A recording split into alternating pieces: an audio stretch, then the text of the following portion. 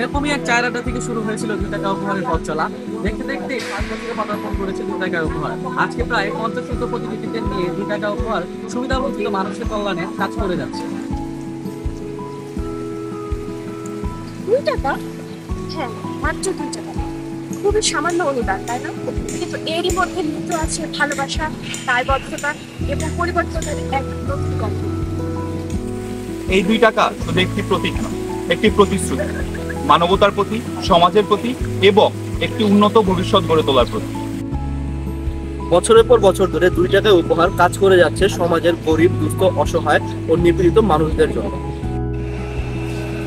শীতের কনকনে রাতে তারা দিয়েছে ক্ষুধা নিবারণের জন্য, তারা দিয়েছে খাদ্য এবং নিরাশার অন্ধকারে জ্বালিয়েছে নতুন আশা।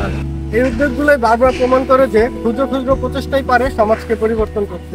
এই যাত্রা আমাদের অনুপ্রাণিত করে, আমাদের শেখায় একতা ও সহানুভূতি দিয়ে সমাজটাকে ও বিশ্বটাকে আরো সুন্দর করে তোলা। আসুন আপনি, আমি এবং আমরা মিলে এই মানবিক যাত্রাকে আরো অগ্রসর করি।